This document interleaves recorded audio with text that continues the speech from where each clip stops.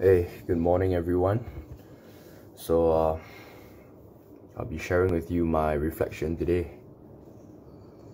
The first Bible plan was titled, Jesus turns your hopeless end into endless hope.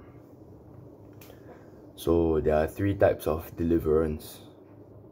Number one, God uses circumstantial deliverance. Sometimes God miraculously alters the circumstances and the Red Sea splits. This will happen many times in your life.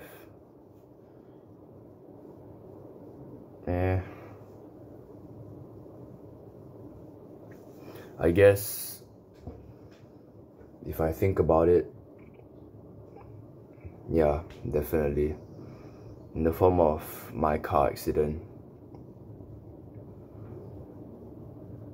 And I guess there have been other incidents also of smaller magnitude, but I can't remember them right now, so yeah.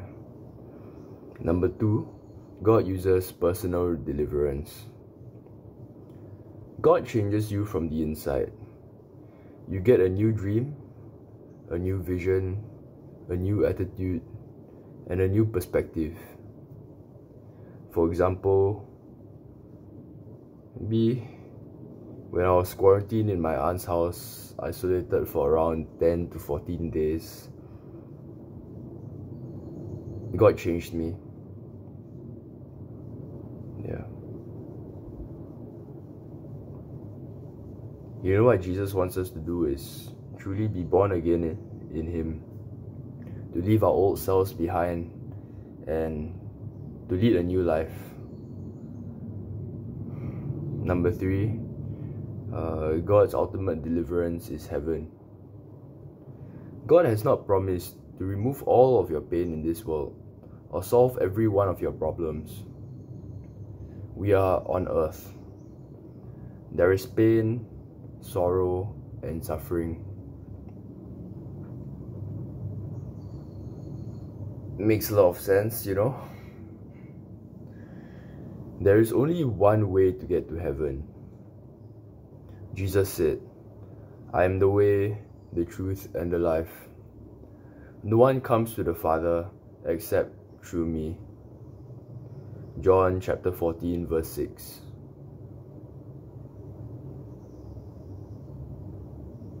Yeah, and so here Jesus is saying that the only way to get to heaven is to, you know, have a relationship with Him. Yep. Yeah. Which is why I read somewhere the road to heaven is narrow. And this is probably why. Are you at a dead end? I invite you to take that problem, that solution, and your life and give them to Jesus Christ. Okay, that was the first plan. And I guess what I get out of this plan is that God has worked, you know, many wonders in my life. And they are often easy to forget, you know. We only remember the bad things and forget the good things. And the fact is, on earth, we are, I guess, called to suffer, you know. And in order to really get to heaven, we have to put our faith in Jesus, because He's the only way to get to heaven. Yeah, it's hard to believe. Okay. Bible plan number 2.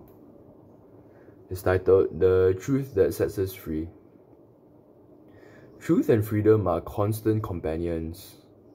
Freedom in any area of life comes from discovering the truth about it. And discovering the truth in a particular area always results in freedom of some kind. So they are related lah. So for example, maybe freedom from the vices, or freedom from vices once you learn the truth about them.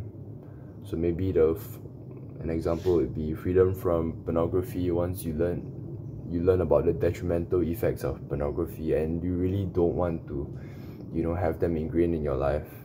Or freedom from smoking, because you know that smoking will give you cancer. Or freedom from, I guess, cheating, because the effect will only snowball, right? Something in my eye, man. Jeez. Okay, anyways. Freedom is not gained through having our way or doing as we please. On the contrary, prisons are full of people who did as they pleased. And so it is with us every time that we constantly strike out on our own and do our own thing. And so it is with us every time we carelessly strike out on our own and do our own thing. What results isn't freedom, it's bondage. If I were to ask you whether or not you are free, you may be tempted to answer yes without giving it much thought. But let me ask you this. Are you constantly battling with fear, lust, jealousy, hatred, bitterness, conceit, deceitfulness, a lack of faith, or discouragement? Are there habits in your life over which you seem to have little or no control over? Are there certain environments or people you avoid because of an insecurity you cannot overcome? If you answered yes to any of these questions, then you are not free. I answered yes to almost all of these questions, man. Sheesh. Well, that's the beauty of life. Sin has a way of entrapping us, keeping us in bondage that the Lord never intended for us. It is through Christ's death on the cross. Yeah, I don't know what I wrote here, but anyway, where he defeated sin and death once and for all, that true freedom can be found. Let me read that again. It's so messed up because my handwriting is off. It is through Christ's death on the cross, where he defeated sin and death once and for all, that true freedom can be found. And when we accept Christ as our Savior, the chains that had us bound are broken, and God's freedom truly set us free. Galatians chapter 5 verse 1. Yep. Sheesh. That's all for today's reflection. Thanks for watching. Peace.